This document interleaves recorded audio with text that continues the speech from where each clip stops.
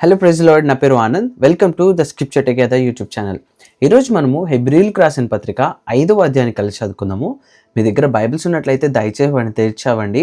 ఒకవేళ లేనట్లయితే స్క్రీన్ మీదే మీకు వాక్యం కనిపిస్తుంది, దాన్ని చూసి అయినా చదవాల్సిందిగా నేను కోరుచున్నాను. మన ప్రధాన యాజకుడును మనుషులలో నుండి ఏర్పరచబడిన వాడే పాపముల కొరకు అర్పణలను బలులను అర్పించుటకు దేవుని విషయమైన కార్యములు జరిగించుటకై మనుష్యుల నిమిత్తము నియమింపబడును. తాను కూడా బలహీనత చేత ఆవరింపబడి ఉన్నందున అతడు ఏమీయూ తెలియని వారి ఎడలను త్రోవ తప్పిన వారి ఎడలను తాలిమి చూపగలవాడై ఉన్నాడు. ఆ హేతువు చేత ప్రజల కొరకేలాగూ అలాగే తన కొరకును పాపముల నిమిత్తము అర్పణము చేయవలసిన వాడై ఉన్నాడు. మరియు ఎవడును ఈ ఘనత తనకు తానే వహించుకొనడు గాని అహరోను పిలువబడినట్టుగా దేవుని చేత పిలువబడిన వాడే ఈ ఘనత పొందును.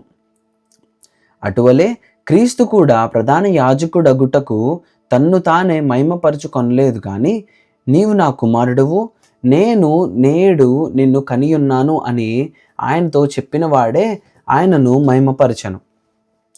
ఆ ప్రకారమే నీవు మెల్కీసెదెకు యొక్క క్రమము చొప్పున నిరంతరము యాజకుడవై ఉన్నావు అని మరి ఒక చోట చెప్పుచున్నాడు. శరీరధారి అయి ఉన్న దినములలో మహారోదనముతోనూ కన్నీళ్లతోనూ తన్ను మరణము నుండి రక్షింపగలవానికి ప్రార్థనలను యాచనలను సమర్పించి భయభక్తులు కలిగి ఉన్నందున ఆయన అంగీకరింపబడెను. ఆయన కుమారుడై ఉండియు తాను పొందిన శ్రమల వలన విధేయతను నేర్చుకొనెను.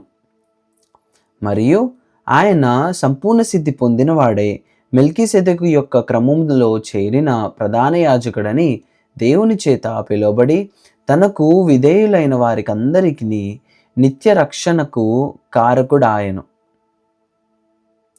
ఇందును గూర్చి మేము చెప్పవలసినవి అనేక సంగతులున్నవి గాని మీరు వినుటకు మందలైనందున వాటిని విశదపరచుట కష్టము.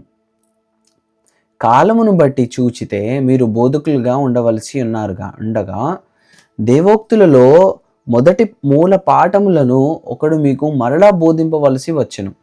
మీరు పాలు త్రాగవలసిన వారే గాని బలమైన ఆహారము తినగలవారు కారు.